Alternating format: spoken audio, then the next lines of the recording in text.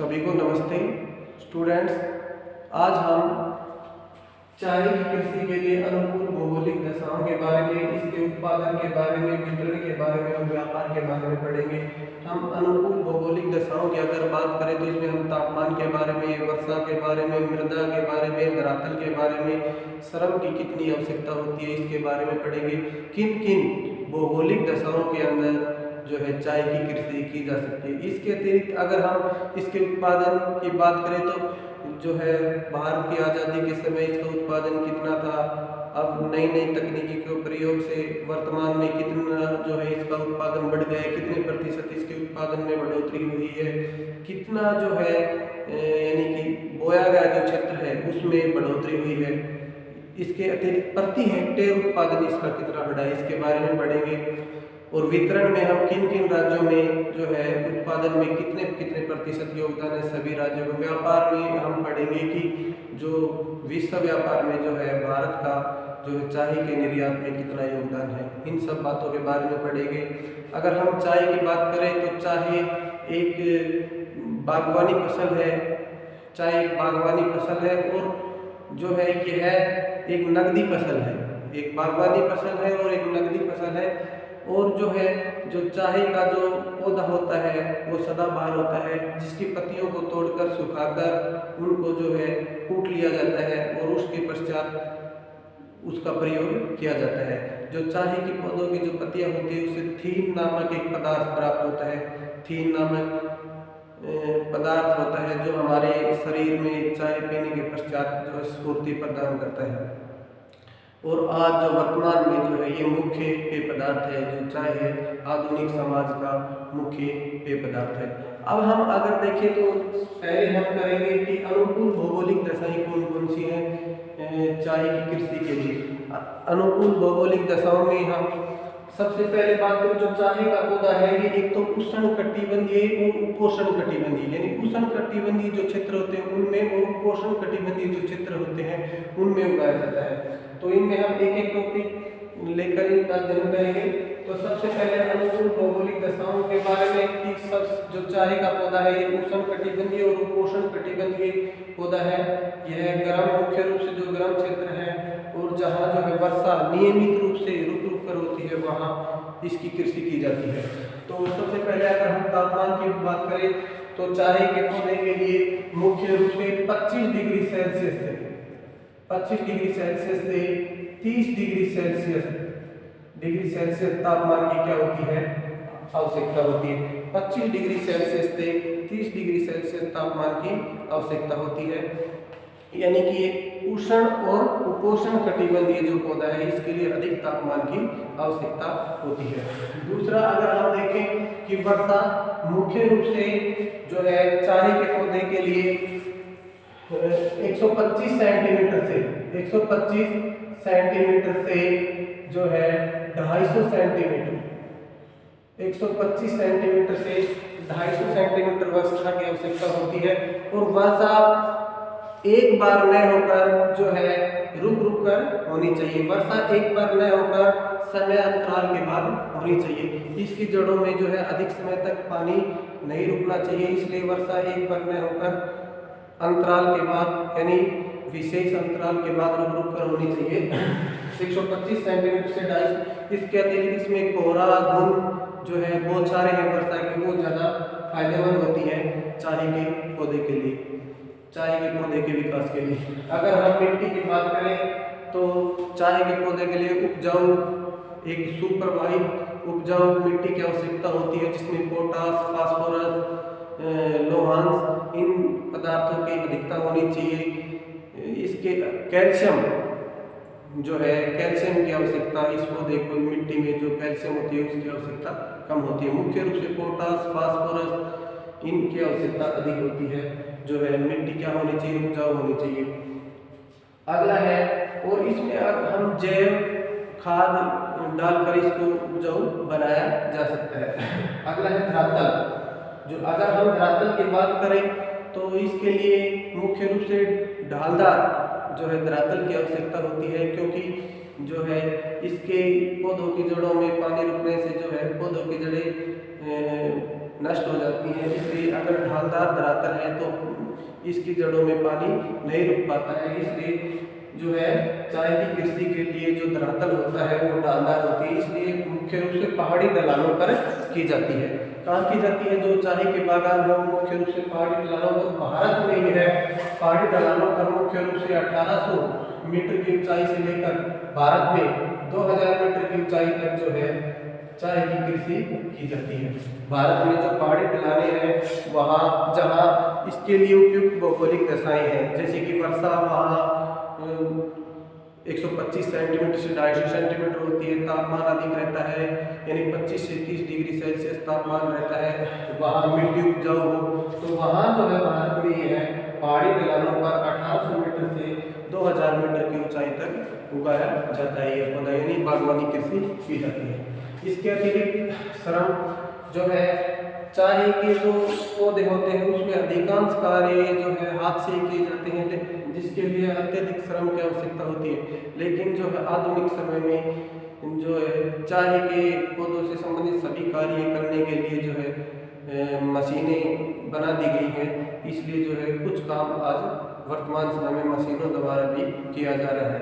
इसके अतिरिक्त श्रम की बात करें तो अधिक श्रमिकों की क्या होती है? आवश्यकता होती है। लेकिन अब धीरे धीरे जो श्रमिकों पर निर्भरता कम होती जा रही है, क्योंकि आधुनिक समय में आधुनिक मशीनों के प्रयोग से जो है श्रमिकों की आवश्यकता कम होती जा रही है। अब हम करेंगे इसके उत्पादन की बात।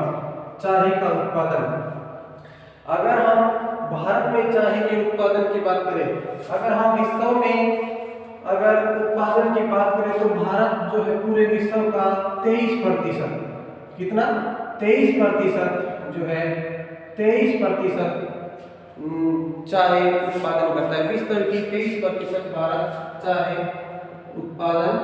का उत्पादन करता है, 23% पूरे विश्व की।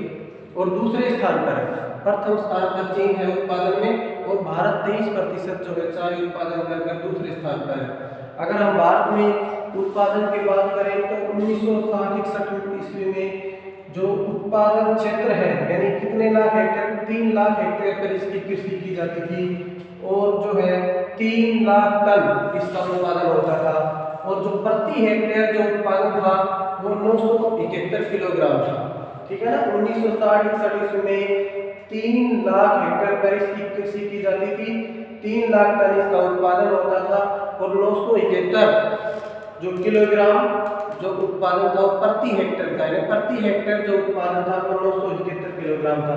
इसके अतिरिक्त 1980-81 में उत्पादन क्षेत्र बढ़कर 4 लाख हेक्टेयर हो गया, उत्पादन जो है वो 6 लाख टन हो गया, और जो है प्रति हेक्टेयर उत्पादन में भी क्या बढ़ोतरी हुई, जो 1491 किलोग्राम हो गया। इसी प्रकार 2019-20 में इसका जो उत्पादन क्षेत्र है, यानी प्रति हेक्टेयर जो है वो 5.67 लाख हेक्टेयर, यानी जो उत्पादन जो कृषि योग्य जो क्षेत्र है उसमें बढ़ोतरी हो गई, और वो कितना होगा 5.67 लाख हेक्टेयर। और जो उत्पादन में वृद्धि होगी कितना होगा 13.5 लाख टन इसका उत्पादन हो गया। और जो प्रति हेक्टेयर उत्पादन जो पहले 971 था वो बढ़कर कितना हो गया 1663 हो गया, यानी प्रति हेक्टेयर उत्पादन में भी वृद्धि हुई, इसका जो क्षेत्र है उसमें भी वृद्धि हुई, और जो उत्पादन है उसमें भी वृद्धि हुई, जो बढ़कर कितना हुआ 13.5 लाख टन। अब उत्पादन के पश्चात हम बात करते हैं आगे वितरण, कि भाई किन किन राज्यों में जो है कहाँ कहाँ किन किन क्षेत्रों में चाय की कृषि की जाती है, किन किन क्षेत्रों में जो है चाय की कृषि की जाती है, कौन कौन से राज्य हैं, कौन कौन से मुख्य रूप से क्षेत्र है जहाँ चाय की कृषि की जाती है। तो वितरण में अगर हम बात करें तो मुख्य रूप से जो उत्तर पूर्वी भारत है वहाँ सबसे ज्यादा चाय का उत्पादन होता है, जो उत्तर पूर्वी भारत है। तो इसके वितरण में अगर हम बात करें तो सबसे पहले स्थान पर कौन सा है? असम है। कौन सा? असम। अगर हम वितरण की बात करें तो प्रथम स्थान पर है असम राज्य है, प्रथम स्थान पर असम राज्य है, जहां मुख्य रूप से 52%, कितना 52% जो है चाय का उत्पादन, यानी भारत का जो पूरे भारत का जो उत्पादन है उसमें 52% जो है योगदान असम राज्य का है। यानी चाय के उत्पादन में जो 52% जो योगदान है वो असम राज्य का है। जो मुख्य उत्पादन जिले हैं वो शिवसागर है, लखीमपुर है, और कौन कौन से शिवसागर है, लखीमपुर है, ये मुख्य रूप से प्रमुख उत्पादन जिले हैं। ये मुख्य रूप से ब्रह्मपुत्र घाटी, ठीक है ना, मुख्य रूप से ब्रह्मपुत्र जो घाटी का जो क्षेत्र है वहाँ इसकी खेती की जाती है, जिसमें लखीमपुर है, शिवसागर है, ये मुख्य रूप से एक तेजपुर है, ये प्रमुख जो है उत्पादक क्या है जिले हैं असम के। जो दूसरा है, ये पहला है असम, जो दूसरा है वो मुख्य रूप से कौन सा है, पश्चिम बंगाल। दूसरा कौन सा है, पश्चिम बंगाल। पश्चिम बंगाल जो है ये दूसरा प्रमुख उत्पादक राज्य है। यहाँ मुख्य रूप से दार्जिलिंग है, दार्जिलिंग है,